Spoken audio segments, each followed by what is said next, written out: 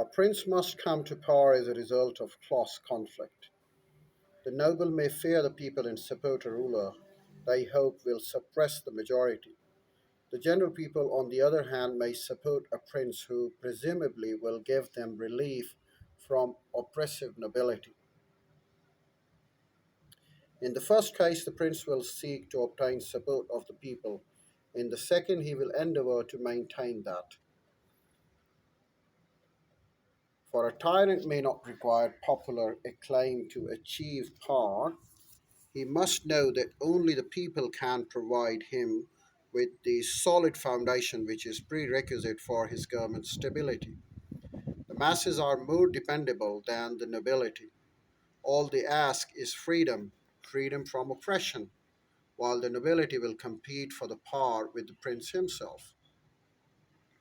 Certain principalities are governed by the ecclesiastical authorities, such as dominions, may be acquired by the ability or the good fortune, but they require less effort in their maintenance than do other types of governments. In these states, a built in stability rests upon the fact that they are held together by ancient religious customs. Even though the princes are corrupt and lack capacity, they may enjoy success because their citizens will follow the dictates of the religions that act as powerful political element. Machiavelli said, "These princes alone have states and do not defend them, and they have subjects and do not rule them. And the states, although unguarded, and are not taken from them, and the subjects, although not ruled, do not care. They have neither the desire nor the ability to alienate themselves. The conqueror that imposes his rule upon the republic faces unique, painful problems. Those accustomed to tyranny may or may not resent a new tyrant, but the people of a republic are resentful of their loss of freedom. They will not easily give up. They will fight for its restoration at the slightest provocation. Machiavelli said, but in the republics there is more vitality, greater hatred, and more desire for the vengeance, which will never permit them to allow the memory of their former liberty to rest. So that the safest way is to destroy them or to reside there. The only recourse for the ruler is to destroy completely the customs and institutions of a free people.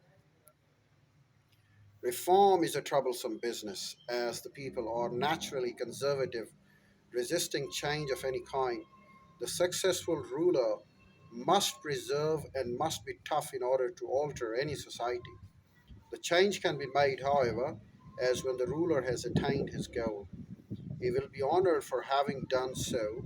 Some rulers reach their highest positions by sheer treachery and brutality, but harsh and perfidious methods do not create a solid foundation upon which to build the long term success of the prince.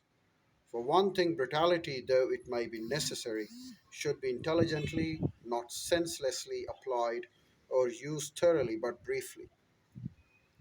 A continuous reign of terror will defeat the purpose of the ruler.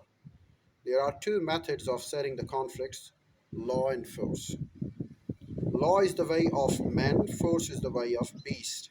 There is greater deal of force in men, and the prince must understand his nature and act accordingly. He must combine the cunning of the fox with the strength of a lion.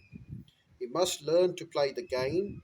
A cunning prince can always find an acceptable pretext for breaking his promises. A faithless prince, then, is by no means a bad one. If his objective is the maintenance of the state, nevertheless, he ought not to openly break his word. He ought to be a great feigner, dissembler. He should not be concerned about the people, for they are easy to deceive, particularly if the deceiver does not have the appearance of a rogue. Military. In chapter 12 to 14, Machiavelli discussed the use of military power. regardless of the method employed by a ruler to gain power and irrespective of the type of the government system established, two things are necessary to the maintenance of the state: good laws and the strength required to enforce them.